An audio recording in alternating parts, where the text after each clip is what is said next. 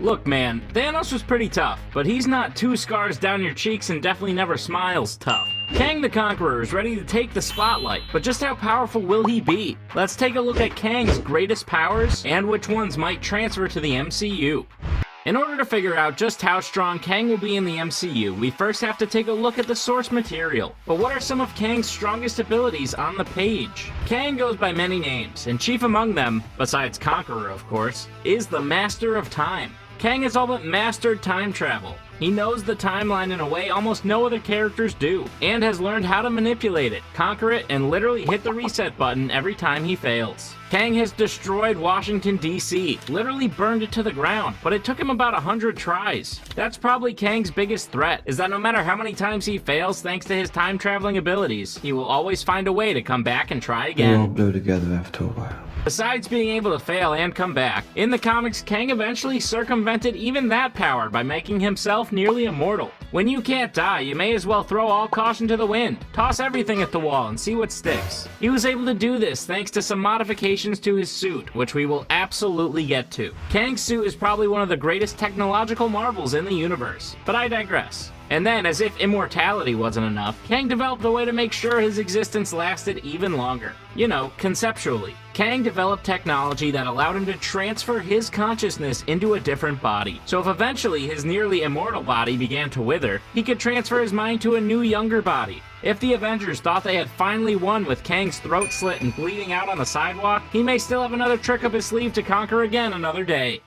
You might be thinking to yourself, how could Kang possibly stand a chance when the MCU has some of the smartest characters ever to exist? People like Hank Pym, Bruce Banner, and Reed Richards should easily be able to use their brain power to stop a guy like the Master of Time. Heck, they could even recruit a Tony Stark from another universe, or use their young talent like Riri Williams or Shuri to help come up with a solution to this Kang problem. Unfortunately for them, Kang is likely smarter than all of them. In the comics, Nathaniel Richards has an IQ that can match some of Marvel's greatest geniuses. He's not only given the advantage of being from the future, but he's just about the smartest person to come out of 4 millennia. In the comics, Kang's advantage is that he comes from the future. This means he has access to all kinds of technology that the present-day Avengers couldn't hope to possess. This goes beyond weapons as well. Transportation, medicine, and all aspects of society have advanced beyond what the 616 Avengers could hope to know. Kang has even invented a giant sword-shaped ship. Try saying that 5 times fast, from which he launches his conquests. This gives Kang a huge advantage, as he has not only mastered his own tech, but anything the Avengers throw at him is surely old news by that point. I already know what's going to happen. So let's get to Kang's armor. He's got some incredible weapons as well, which we'll get to in a minute, but I just need to rave about this guy's armor for a second. Everyone says, oh, Tony's armor can make weapons, oh, Shuri's armor is the strongest material ever made. Enough of that, because if Armor Wars is really a thing that's happening, they'd better hope Kang is gone by then. Just to start, the stuff is incredibly durable. It is made out of a rare synthetic alloy that only exists in the 40th century. Not only can it not be breached, but the alloy actually responds to thoughts of the person using it. It is somewhat of a psychic link to the user. In this case, a madman bent on conquering all of time. On top of that, the suit gives Kang incredible strength on the level of some of the strongest Marvel heroes. His suit lets him live so long because he has engineered it to have its own ecosystem. Kang has regenerating food and water on an infinite level. You could be trapped in the middle of the desert forever and still live a full life thanks to this thing. On a smaller level, it gives him the endurance to fight as long as he needs. There's also his power gloves. I love the power glove. It's so big. These shoot optic beams and make his grip pretty strong, but the coolest part comes when Kang cracks his knuckles. By doing this, he accesses a small amount of his time travel abilities, and his hands actually reach through time to pull out any weapon from any time period and bring it into the current fight he's having. So if you're like me and you wonder why your crossbow mysteriously vanished while you were playing around with it in your backyard, it's probably because Kang at another point in time needed it.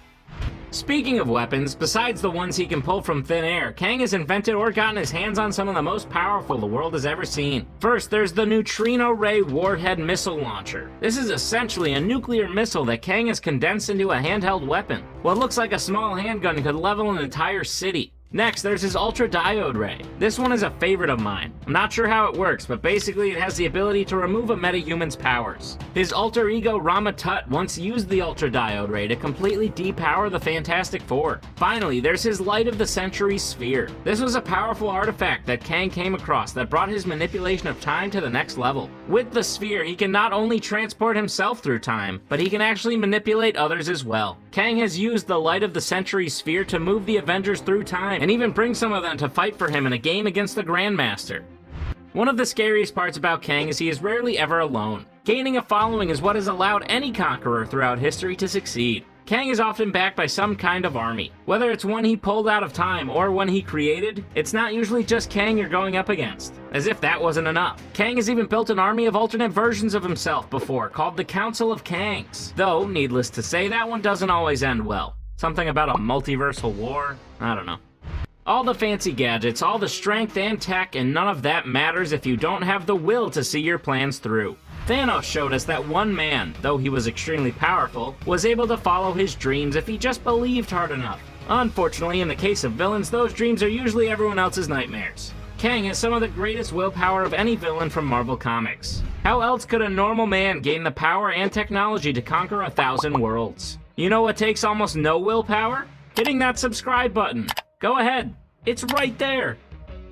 So that's all from the comic page. Outside of trailer footage, we've seen very little of what the MCU version of Kang will be capable of. So let's go power by power from the comics and see what hints we may have that these could be shared powers with our very own version of Kang the Conqueror. We already know that Kang is the master of time, but has he gotten there in the MCU yet? Personally, I think so. Trailer footage has confirmed that Kang is trapped in the quantum realm, but prior to being put in that cage, he has likely already had a history of conquering. He seems to have conquered so much that he's not even sure if he has fought Scott Lang before. This insinuates that Kang has already mastered the ability of time travel, and has fought the Avengers in multiple different timelines. If you need more proof of Kang's ability, take a look at what Janet has to say. She mentions that Kang can shatter timelines and alter realities. It's safe to say this Kang's conquering career has been up and going for longer than we can imagine. Now we reach the question of Kang's mortality. Is it possible that the next multi-phase villain could truly be immortal? Well, no. I mean, how could the Avengers win if that was the case? I think there has to be some way to take this villain down, but it may take some multiverse-shattering event like Secret Wars to do it. This doesn't mean Kang's physical body can't die. For example, we've already seen a variant with more power than anyone else in the MCU take a knife to the heart and pass on to some other plane of existence. I imagine a sharp blade would do the same thing to Kang. But just because this body dies, does that mean we won't see another? In fact, I don't think we've seen the last of He Who Remains even. Sure, Sylvie killed him, but all that did was open up the multiverse to where he was likely reborn in another timeline. Kang's not scary in the comics because he dies. He's scary because even after he dies, another version of him from another timeline always comes back. He may even die at the end of Ant-Man and the Wasp: Quantumania. The Ant family, probably minus Hank if we're all gonna be honest with ourselves, will celebrate that they killed this villain and prevented him from getting out of the quantum realm, only to return to Earth and realize that all they did was set another version of Kang free to conquer the world they call home. But how about his more impressive form of immortality, the consciousness transfer? This is certainly possible in the MCU as well, though we've gotten no hints at all, and I can't see that possibility being easily explained, at least right away. Maybe a post-credit scene where Ant-Man wakes up with Kang's mind would be awesome, but still, I just can't see it.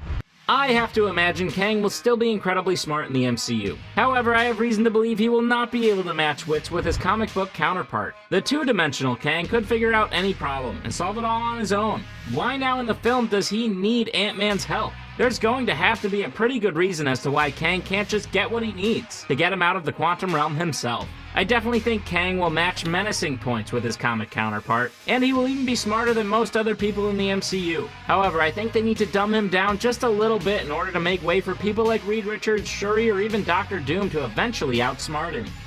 We already know that Kang's origin will remain the same. How? He Who Remains already told us. It's likely Kang was one of those variants that met He Who Remains and the other versions of themselves after breaking through the multiverse for the first time. You know, canonically. However, I think Kang may have even been the one to start the fighting that led to the multiversal war. His antics of traveling to other timelines and conquering them became too much, and he picked a fight with all of his other variants. He fought and probably defeated most of them, but He Who Remains came out on top. Instead of killing Kang, I believe He Who Remains is the one who trapped him in the quantum realm while he took over management of the TVA and the sacred timeline. All of this is to say that Kang, like his comic counterpart, seems to come from the future and has a similar array of advanced technology. He probably even built up Chronopolis in the quantum realm using the tech he was stranded with.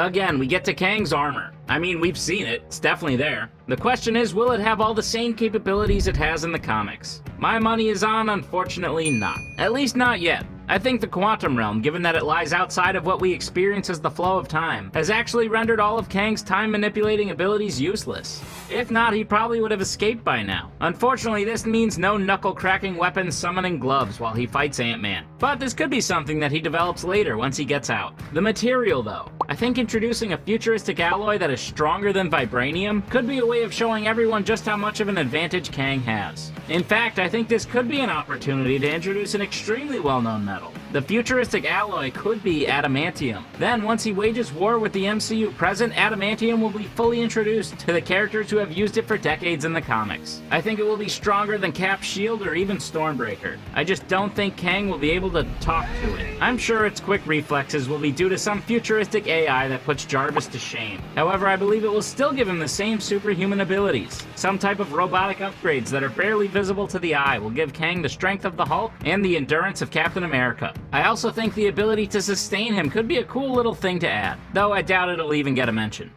Let's talk weapons. What have we seen? What will we see? Other than a powerful stomp strong enough to crack Ant-Man's helmet, we haven't seen much. However, we have seen somewhat of a newer power in the form of optic blasts from his hands. This is a weapon more associated with his variant Iron Lad, but growing up in a world that once idolized Tony Stark, it's easy to see why a weapon like this would be standard issue at this point. But what about his big guns? The Ultra Diode Ray seems a little difficult to adapt. It worked well because it had that comic magic. And what is comic magic? Well, it's the ability to write off any explanation of how anything works by saying, hey, we're in a comic book. That doesn't work quite as well in the movies. People need answers. I could see a version of the Ultra Diode Ray that instead of taking away powers, drains them of their life force or something horrible like that. But turning the thing back into a man, that's a stretch. Something like the miniaturized nuke he carries on his belt would make for some devastation that would quite literally light up the screen. But what I want to get to is the Light of the Centuries sphere. Something that seems so wildly outlandish that it couldn't possibly be adapted to the big screen. Well, I actually think it's the most likely. In fact, I think it just might be the object Kang needs to escape.